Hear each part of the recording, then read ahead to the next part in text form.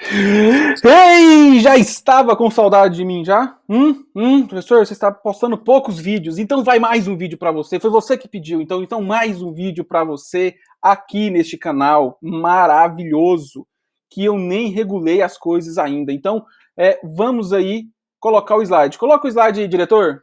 Diretor, coloca o slide. Obrigado, obrigado. O diretor aqui tá famoso. Então, pessoal, a gente vai dar continuidade à nossa disciplina de pontes e continuando a falar sobre classificação de pontes. Né? O nosso próximo item, já falamos todos esses 6 itens, e agora vamos falar sobre material da superestrutura. Você fala, professor, material de superestrutura a gente já sabe, a gente já viu metálicas, já viu madeiras, a gente já viu concreto, né? Mas muitos de vocês não viram o concreto protendido, e é por isso que esta aula está aqui, para que você pelo menos tenha noção do que é o concreto protendido. Porque se você for pegar aqui o diagrama tensão-deformação do concreto armado, você sabe tudo que está aqui. Vamos só falar um pouquinho, porque eu tenho certeza que você sabe tudo que está aqui. Então nós temos aqui, ó, ele é todo curvo, ele não tem patamar reto, mas nós admitimos um ponto aqui, que é o limite de proporcionalidade, que aqui para baixo, com um erro muito pequeno, a gente considera que aqui tenha o módulo de elasticidade, elástico e constante, né? Elástico, ó.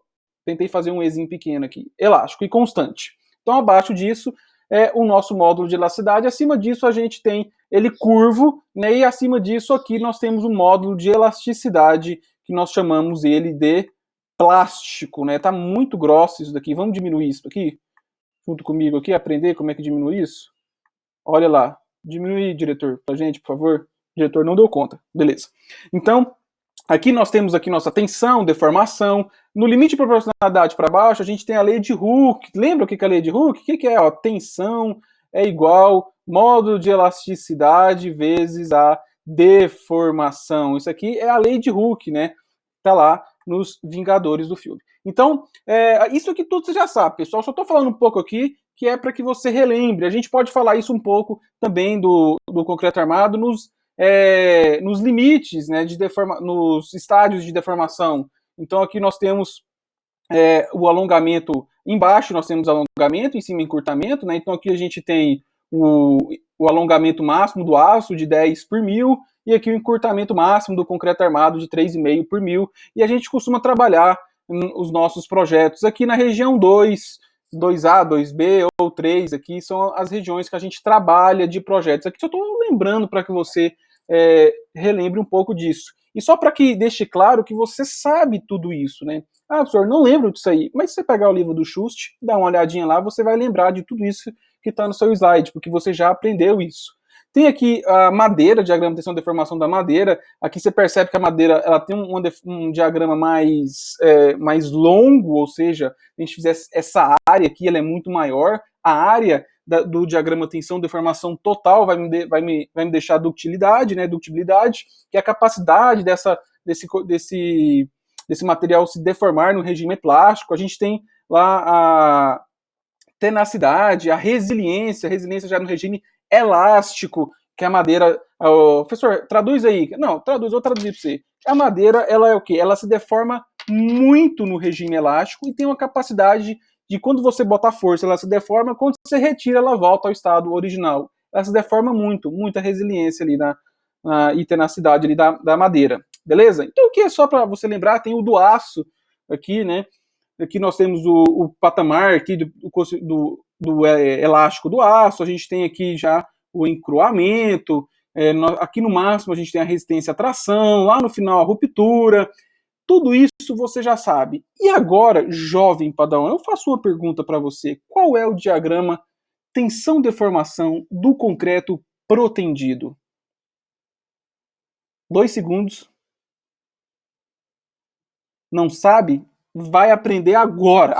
Mas primeiro vamos um pouco de história, que vocês sabem que eu gosto de história. Pessoal, proteção, a gente pensa que é um termo novo, né?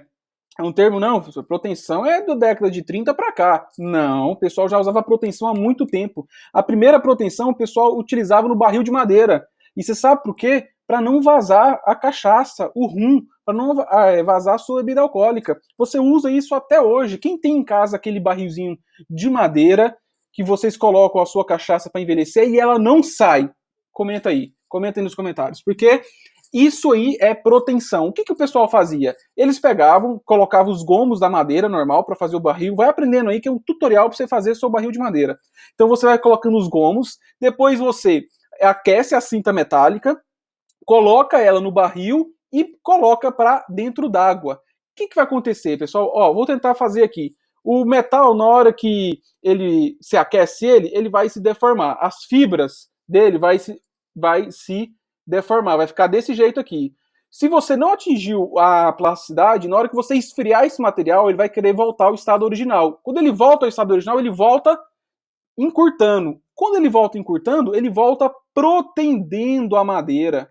Então ele volta fazendo uma tensão na madeira. Isso é proteção. O pessoal fazia isso também com carroça, exatamente a mesma coisa. O pessoal fazia carroça, depois eles colocavam um aro metálico, esquentava, depois esfriava, ele voltava, então, comprimindo os aros da carroça e ela ganhava mais estabilidade.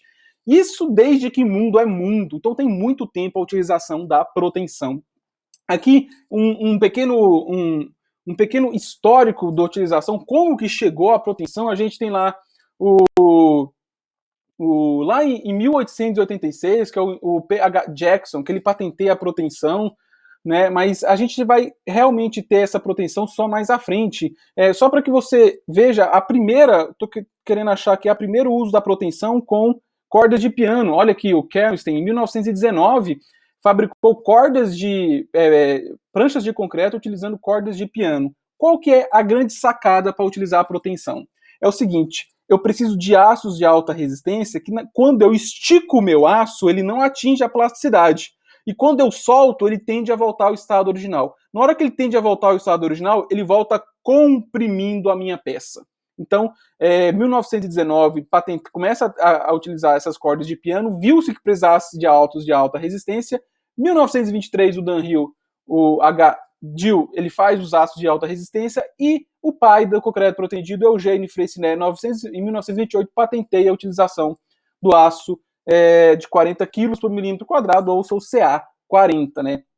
Em 1941, tem a primeira obra em concreto protendido no mundo. E só para você ver como eu bato na tecla que o Brasil é campeão em concreto, nós temos altas tecnologias, tanto nos materiais como cálculo, que em 1949, tem a primeira ponte no Brasil em concreto protendido, que é a Ponte do Galeão, no Rio de Janeiro. Olha para você ver como é que a gente, naquela época, sem Twitter, sem celular, sem nada, 8 anos já tinha a primeira obra. Então a transferência de tecnologia foi muito rápida. Somos pioneiros em concreto, pessoal, acreditem nisso. Então, indo um pouco mais para frente, a gente vai fazer a definição do concreto protendido. O que é?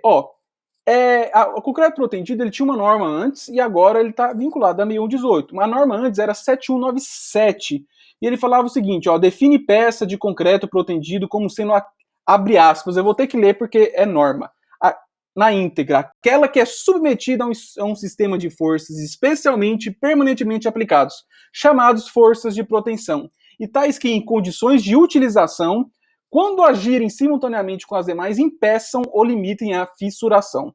Então, se a gente juntar essas duas teorias, essas duas teorias que você está vendo aqui, eu posso falar que é um estado prévio de tensões, certo? Que impeça ou limite a fissuração. Resumindo tudo isso daí. Mas vamos ler esse conceito de novo aqui, algumas coisas bem interessantes, condições de utilização. Pessoal, vocês lembram que tem um tal de estado limite último, estado limite de serviço ou utilização. Isso é muito importante, esse conceito aqui. A gente vai voltar a ele daqui uns 3 slides. Essa norma foi substituída pela 6118 de 2003, hoje é a de 2014 em vigor. O concreto protendido ele tem esses 3 componentes aqui. A gente tem a armadura passiva ou ativa. A armadura passiva é aquela que não se faz a proteção. A ativa é que se faz a proteção. Então, como é que calcula a armadura passiva, professor? Idêntico de concreto armado. Vou fazer idêntico de concreto armado. E a ativa, aí é uma disciplina específica que chama-se concreto protendido, que você vai fazer o dimensionamento disso. A ideia aqui não é você sair dimensionando concreto protendido, é para que você tenha mais noção deste material que é muito utilizado, principalmente em pontes. A maioria das nossas pontes são em concreto protendido. Tá, beleza? Para fazer essa armadura passiva, puxar essa armadura passiva, a gente tem aqui os macacos de proteção, que vai fazer essa tração. O concreto protendido, ele tem algumas vantagens, né? Ele emprega aço de alta resistência, isso é vantagem porque é mais caro, com certeza, mas é uma vantagem porque eu tenho um maior controle de qualidade. Ele elimina as tensões de tração, sim, porque eu tenho uma pré-compressão, então eu vou eliminar as tensões de tração. Eu vou reduzir as dimensões da seção transversal. Por que ele reduz as dimensões de seção transversal? Porque como eu tenho essa pré-tração, vou colocar aqui, ó, aqui embaixo, ó, vou colocar uma viga de concreto armado aqui. O que acontece? Na hora que eu tenho uma compreensão advindo do concreto protendido, da proteção da armadura do concreto protendido, vai fazer com que a linha neutra, né, lembra da linha neutra, que está mais ou menos aqui, ela vá na parte inferior da minha viga aqui. Ou seja, eu estou abaixando a linha neutra. Então, se eu estou abaixando a linha neutra, eu estou falando que não tem tensões de tração. Se eu pôr flexão nessa viga, eu não vou ter tração na parte de baixo e compressão na parte de cima. Quando eu estou colocando essa compressão na minha peça, não vai ter tração na parte de baixo. Então, com isso, eu consigo reduzir as minhas dimensões. Isso aí é como se fosse uma contraflecha, eu diminuo também a flecha. E por último, e muito importante, ele me deu vazão a alguns processos construtivos, como balanço sucessivo, deslocamento sucessivo e utilização de pré-moldados. Isso que eu falei agora é muitíssimo importante, principalmente em prova. Não, então tá, beleza. Então, vamos dar continuidade aqui. As desvantagens: corrosão do aço da proteção. Como eu faço minha peça, ela 100% ali a compressão, pode ser, a corrosão no aço, ela vai com que minha peça perca resistência muito rápido e a sua ruptura é abrupta, sem nenhum tipo de aviso. Eu nem consigo enxergar que está tendo essa corrosão. No concreto armado, ele vai dando muito mais sinais, ele vai ficando com cor diferente. O concreto protendido é muito rápido essa ruptura. É um raio. Você simplesmente vai do estado de limite de serviço a último, num tapa. Então, é muito problemático a corrosão. Essa perda da força de proteção, isso é no concreto protendido, porque eu tenho perdas iniciais, perdas logo na transmissão, perdas iniciais e perdas ao longo do tempo. Então eu tenho que colocar mais força no cabo de proteção. A qualidade da injeção da nata, né, porque tem que ter um controle de qualidade muito bom, porque se eu dei uma qualidade da injeção da nata ruim, não há transmissão dos esforços do cabo para o concreto. Forças altas nas ancoragens. Ancoragem é caro, então se eu tenho forças altas, eu tenho que ter ancoragens que resistem, então também vai ser uma desvantagem. Então tá aí um pouco das desvantagens do concreto protendido. Vamos ao que interessa, que é o diagrama tensão-deformação. Você está vendo na sua tela aí um gráfico do concreto simples, a tração. Vamos ver aí, pessoal, a tração. E aqui do concreto armado. Olha para você ver aqui. Coloquei uma carga, vou colocar uma carga, ele vai se deformar. Na segunda carga que eu fui colocar, veio a ruptura. Então, praticamente não tem resistência à tração, um concreto simples. Concreto armado, coloquei uma carga, deformou. Coloquei a segunda carga, ele começa a fissurar. Não quer dizer que plastifica não, hein, pessoal? Ele começa a fissurar. Eu vou colocando carga, ele começa a fissurar, abrir. Aqui ele começa a plastificar. O que acontece? Nós temos aqui na norma um estado limite de abertura de fissuras, que tem a ver com o momento de fissuração. Então, por aqui, a gente já tem que parar o nosso dimensionamento, porque ele já começa a fissuração e a norma até aceita fissuras em uma espessura tal. Mas por aqui a gente já vai ter problemas, né? Vamos ver do concreto protendido? Olha aqui. Professor, tá errado esse gráfico, começou do -0. Olha, pessoal, vamos comigo aqui, acompanha. Se eu peguei o meu cabo e estiquei, certo? Agora, coloquei a nata de cimento, coloquei a cunha e vou soltar para que essa força do cabo passe para o concreto. Soltei. Essa força agora, passou para o concreto com uma compressão. Se ele vem comprimindo a peça de concreto, o que ele vai fazer? ele vai encurtar a peça de concreto, por isso uma deformação negativa, tá vendo? Acontece isso. Vamos agora colocar nossas cargas. Coloquei uma carga, ele não foi, coloquei a segunda, não foi, beleza, a terceira não foi, a quarta.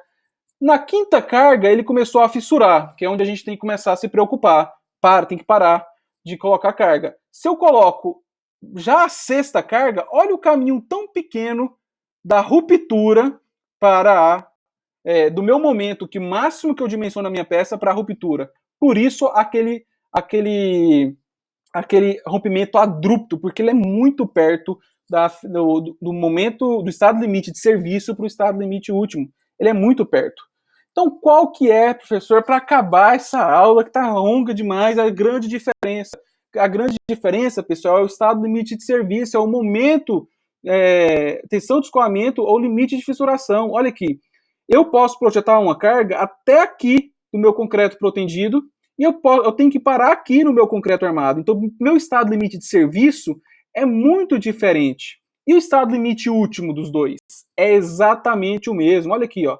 Os dois vão ter o mesmo estado limite último, mas o estado limite de serviço é diferente. Serviço tem a ver com deslocamento. Então, quer dizer que eu tenho uma peça de concreto armado e concreto protendido. Eu coloco carga, a minha peça de concreto armado e a de concreto protendido resiste. Na segunda carga, a de concreto protendido está beleza e a de concreto armado começa a fissurar. Então eu tenho que parar. Põe a terceira carga, a de concreto armado fissura um monte, a de concreto protendido está beleza. Põe a quarta, concreto protendido está beleza, concreto armado já está gritando as fissuras. Põe a quinta, aí para de concreto protendido e a de concreto armado já foi pro beleléu. Põe a sexta, os dois vem a ruptura. Olha para você ver como é que é.